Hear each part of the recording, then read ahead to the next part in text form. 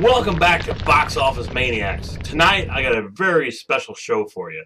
So if you've been following my channel in the past, you know I've done a few Jason masks, and I even did a Becoming Jason where I did a full Jason cosplay. It started off with this mask, and this is from NECA.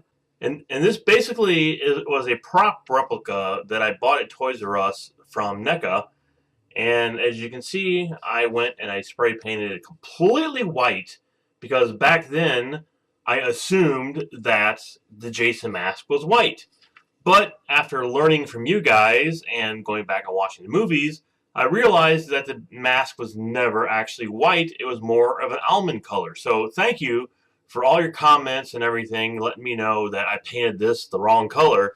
But I kept this white because I just kind of like the purity of, a white mask, even though it's not the right color. If you remember this review that I did quite a while ago, I got these chevrons from a company called Fright Stuff.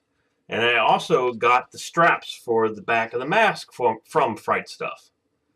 And I was impressed by the quality of the stuff. So when I went to go make the mask for Part 4, which is my favorite Jason mask, I ordered the mask and the straps and the chevrons and everything from Fright Stuff again. And if you haven't watched my other review, here is my mask from Part 4 that I made, which I ended up using when I went and cosplayed Jason at DragonCon. My friend of mine, Vince Maniacs, who also is my partner here, and if you watched any of our reviews, you know who he is. I wanted to do yet another Jason mask, but I didn't know which one to do. So I actually asked him which one he wanted because I was going to make one for him. And I thought he would probably say Part 4 because, it's one of the most popular masks, or even Part 7 because that's also a super popular mask. But actually, he wanted Part 6, which kind of surprised me, actually, because I didn't think Part 6 was that popular, and apparently he really liked the Part 6 mask. So I went out and I ordered Friday the 13th Part 6 Jason Lives mask for him. And again, because of all your comments, I did not get this mask from Fright Stuff. I got it from JDF Studios. I have not opened up the box yet. Here is the box. I have not opened it up yet.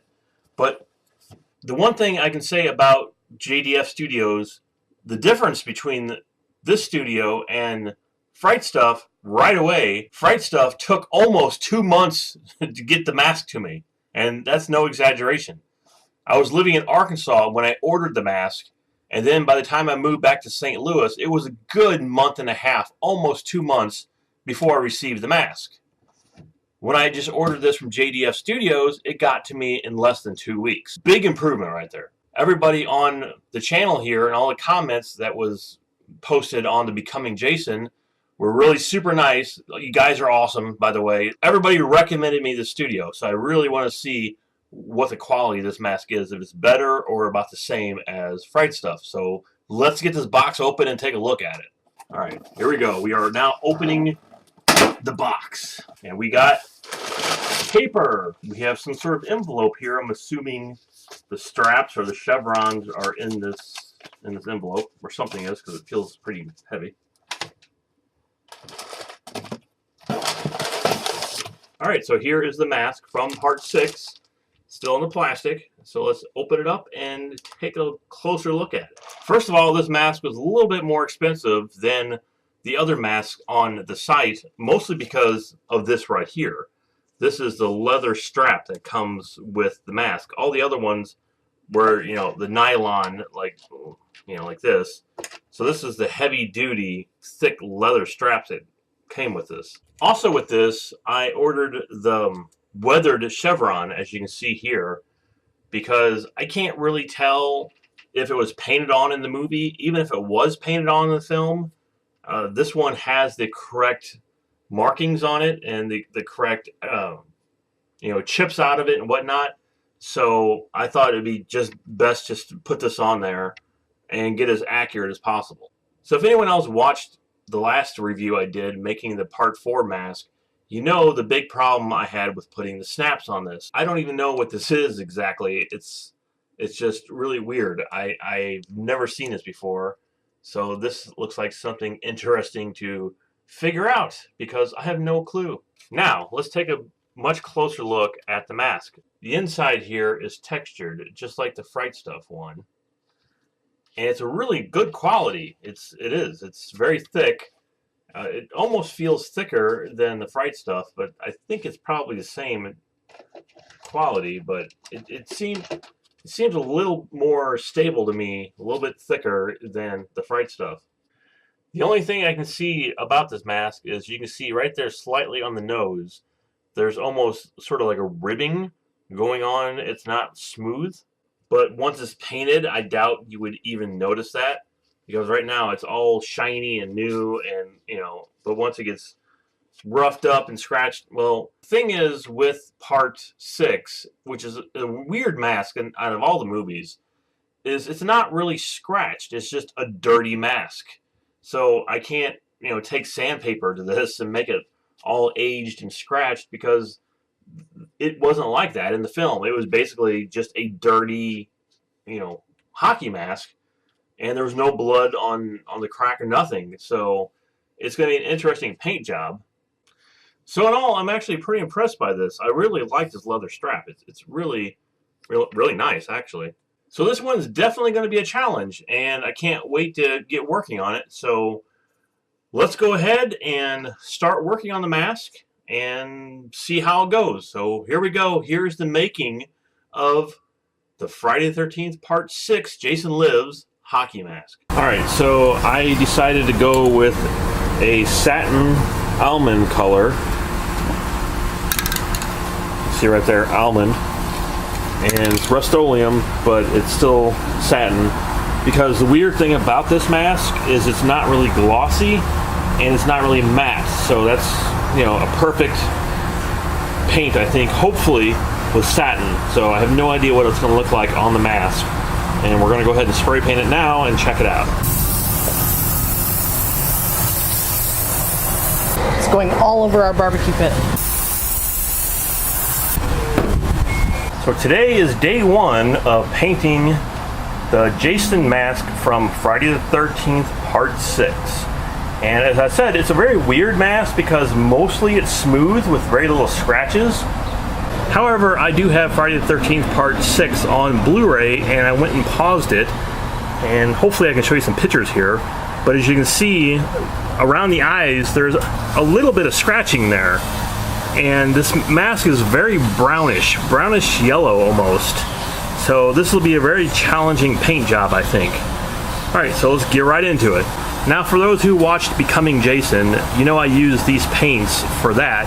And I liked them so much, I actually went out and bought some more, because I went through the 2 that I had bought for the previous mask. And I really need yellow, white here with a little bit of black. For the brown, I am using this. It's called Artist's Loft, and it is Raw Umber is the name of this brown color. I really liked it, so I will be using this again. And the most useful tools I had to paint it last time was a brush like this, so I could get inside the holes easier with this brush and get a little bit of the brown in there, so it makes them look like they're old and maybe they've been breathed through for a while. So it makes it a very cool paint job, at least I think so, if you make these a little bit darker on the inside of these. And the big help were these sponges. As you can see, I use them quite a lot for the other Jason mask, and they are very, very useful. So the first thing I'm going to do is scratch right around the eyes just a little bit to make a little bit of groove, and then I'm going to mix up sort of a darkish brownish yellow color and kind of do a wash over it and see what it looks like. This is my paint palette from the Part 4 mask. As you can see, I used quite a lot of different colors. So for here, I basically am just mixing in some yellow and some white and some of that brown I showed you to sort of get a yellowish brown color, and it's almost there. So before I painted, I scratched it just a little bit, just right around the eyes here. I don't know if the camera will pick it up or not, but just slightly, I think enough to where once I put some darker colors in it, it will get around the grooves of the scratches. So I got it all wet here with the sponge, part sponge and sort of part brush, and I'm gonna let it sit here just for a minute and then take a towel to it and wipe it off, and hopefully it'll get that really weird brownish yellow color stain to it. I got it a little shade darker now than the almond color that I originally spray painted it. And it's starting to look pretty good. It needs to be a lot darker. I think it needs to be a lot browner. So I'm gonna add some more browns into it and do it again. Okay, so this is basically how I paint the mask. I take a brush, this is a smaller brush, and I just kind of put it on in no particular order here, and then get a sponge and basically wipe it down the mask and blend it in with the rest of the colors, and just keep doing that over and over until it blends in with the rest of the entire mask. So right now it's starting to take shape, or take color anyway. As you can see, all these brown splotches, I am just literally putting straight brown on here and then mixing a little bit of water in there and then smoothing it over the rest of the mask. I'm basically doing it with a sponge. So, and it looks really dark, but once you start mixing it into the rest of the mask, it is not really that dark. It just starts, you know, smoothing into the rest of the mask. And I just have a regular paper towel and I sort of smooth it over. But as I'm doing this, it's taking a lot of the brown off, or actually too much brown off. So I'm trying to make it not as wet so the brown will stick on there. I'm really liking the look of this right now. I think it looks really well aged.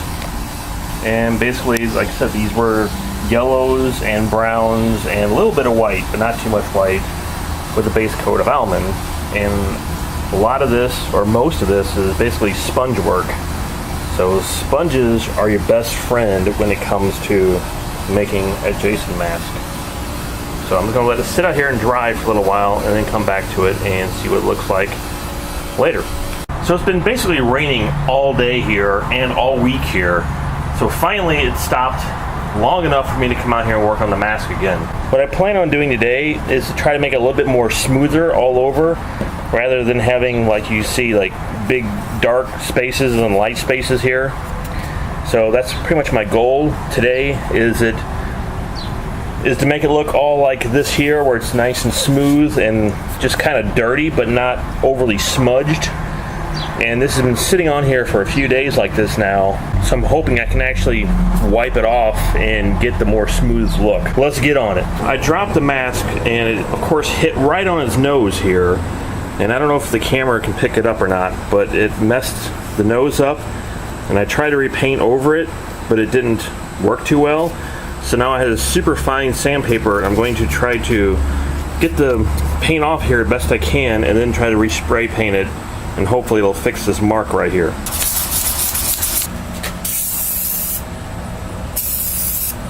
So overall, I'm pretty happy with the paint job. I think what I'm going to do right now is add a little bit of black around the eyes to highlight the eyes a little bit. But I don't think I'm going to put anything in the holes themselves, because in the film they were pretty much blank. But I do want to put some black around the eyes. Pretty much the finished paint job. Like I said, I put a little black around the eyes. I didn't want to overdo it for each one, but I just wanted to highlight them just a little bit. And that's pretty much, I think, the mask from part 6. It's a very clean mask. It's dirty, but it's also clean, which is, like I said, it makes a weird mask. Now I'm going to attempt to put the chevron on the mask and then do the rivets that go around the outside, and then finish it off with, of course, the strap. So I got this sticker that came with the mask, which I got from JDF Studios, and I've never applied anything like this to anything, so I'm hoping I'm not going to screw it up because I only got one. And I'm guessing the way you do this is you peel this off of here like that, stick it on the mask, and then peel it off, and hopefully it sticks to the mask. That's what I'm hoping. Now, let's see if this actually works.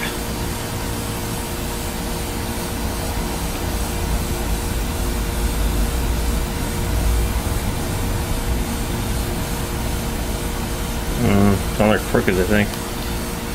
Well, you can't redo it. There's no way of taking it back off? No. Great. I don't think it's crooked. Looks straight to me. It's a little bit off from here to here, but I mean, I couldn't really tell what I was doing. I don't really like the sticker like this at all. I think it's pretty terrible. But I do like the fact that there are actual holes. These are actual rips in it, so it's kind of cool the way they did that. So I ended up going out and getting the satin clear enamel for this because I actually painted it with a satin spray paint, and I really liked the way this looked. But since I aged it, you know, it took away the sheen of the satin that was on there. So I'm hoping spray painting it with this will bring that. I don't want it super glossy, but I like the satin look, and I think that's really good. So I've never done this to a Jason mask before, so we'll go ahead and spray it, and hopefully it doesn't mess it all up. Don't touch it, because then you're going to have fingerprints on it. Okay, so about 6 months later now, after winter has been over, and now spring is here again, we can finish this mask. And I want to talk a little bit about this JDF Studio. Really impressed by these guys. I needed some new stickers. This is one that I just trimmed, but they sent these things out really quick. I got them probably within 3 or 4 days, and you know, really impressive. I actually bought 2 of them this time, so I don't. If I mess one up, I have an extra. If I mess this one up, then I guess I order another one. But all right, so now I'm about to go ahead and put the chevron on the mask. If you get one of these stickers and you're confused how this thing works, you basically put it on here like that, and then very, very gentle peel it off. I'm trying to do as gentle as I possibly can here. So there you go. There is the chevron. This is a pop rivet gun. Never used one of these before in my life, because this mask gets pop rivets rather than the snaps like the other masks. So we have to use this gun in order to put the pop rivets in. Now, if you buy this from the JDF Studios, it actually does come with the pop rivets for you to use, which, again, never used these before, so this should be interesting. Okay, we're going to do the side one here first, and in case we screw it up, I don't want to put the strap on and not be able to get the strap off. So, alright, here we go. And it just fits in there like that. On the back, there is a washer that you put on there. And now we just squeeze the handle of the pop rivet until apparently it snaps off. So let's see what happens. Alright, so got the first one in, and actually it went in pretty successfully. So it looks nice. Alright, so again, you just go ahead and squeeze this like this a couple times, give it a couple squeezes, open it back up, squeeze it again, and pop! That's why it's called a pop rivet. Alright, so I'm outside, so you hear all the birds and everything. I'm not at Crystal Lake right at the moment, but it sounds like it. The problem I ran into right now is the final problem of this project is this here, this nail. The way we have this mask attached is basically this is a plate holder, and this little hook is supposed to attach to that nail in there, and the mask is supposed to sit in here just like that. Wow, that looks pretty cool. But the thing is, the mask is too curved, so the wire is not, or this hook, the plate holder is what I'm trying to say, is not attaching to that screw, so we ended up buying some wire to attach to the plate holder that will attach to the screw, and hopefully that will work. So that's what we're about to do. Okay, that was a pretty simple solution. Yep, so now it's just hanging in its own shadow box. I will show a little bit more of it in more detail later. But yeah, it's in there, it's hooked into the hook, and it's almost done.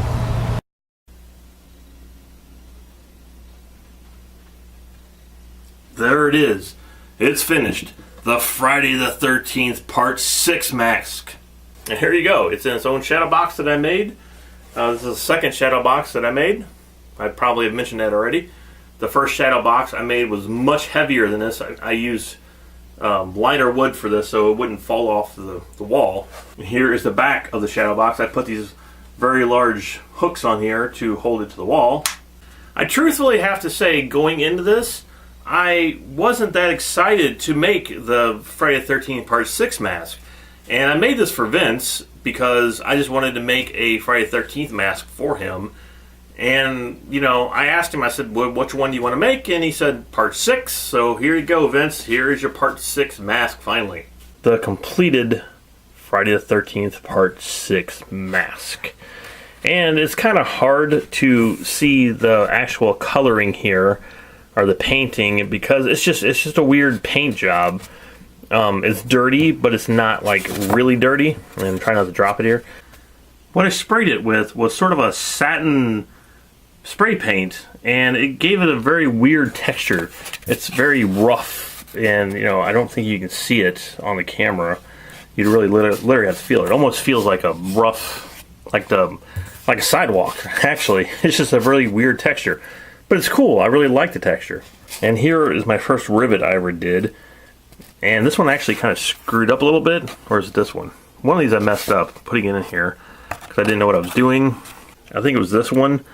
As you can see, it's sticking too far away from the mask, but it's okay. Here's the leather strap, and it's a pretty big strap. Like, I'm going to talk about this in my final closing statement, is I think it's a little bit too big for most people's heads. And yes, I did put a sticker on here, and that's why it's so shiny. And I guess it shouldn't be as shiny as this. It wasn't like that shiny in the movie, but I didn't want to spray anything over it because, you know, I don't mind it being shiny like that, because I think it was a sticker in the movie, possibly. I don't know if it was painted, but it did have these scratch marks all over it, so that kind of told me maybe it was a sticker and not so much paint. But it did come like that with those scratch marks on there, so it's quite nice. So overall, I had a blast actually painting this thing and making it dirty, but you know, not too dirty. And I did consider putting the black netting in the eyes here to block the eyes out, sort of like what the movie was. But, you know, I didn't think it was necessary. So yeah, I think this turned out okay. I am pretty happy with it. Now, I just showed, you know, it in more detail. And it is kind of hard to really see it on the camera. But here's the back of it, and here's the front of it. Now, I actually had a blast making this mask. It was so fun because, you know, you were trying to make it dirty, but you weren't trying to make it filthy like the Part 4 mask. Now, this is my Part 4 mask that I made. Bring that up, and you can tell the difference. You know, this one is a little bit more yellowed and filthy. It had, like, you know, dirt and scars all over it. And this one is pretty much not scarred up. It's just sort of a almost. It's not even as yellowed as this one either. As you can tell the difference between the two. And I did learn, you know, how to put rivets in, because I never had put a rivet in anything before. And it was kind of cool to figure all that out. And I do like the thick, heavy leather strap here. I think it's pretty cool. The only problem with the strap is it's pretty big, so it doesn't really wrap around your head that well. I'm pretty sure there's no way to adjust this either. But, you know, if you're wearing a latex mask over this, or if you're, you know, have a bald head or whatever, and you're trying to put this over it, it is, I mean, you can tell it's a pretty long strap here going on with this. Maybe if I had tried it out before I riveted before I put it on here, that it's kind of big. But, you know, I mostly made this for display, just to put in and display on the wall, and not so much to wear. But yeah, I don't know why this strap is so huge like this. So it was a long journey making this mask. It took me quite a while, just for the fact that it was, you know, I think last summer I started on it, and I just finished it not too long ago.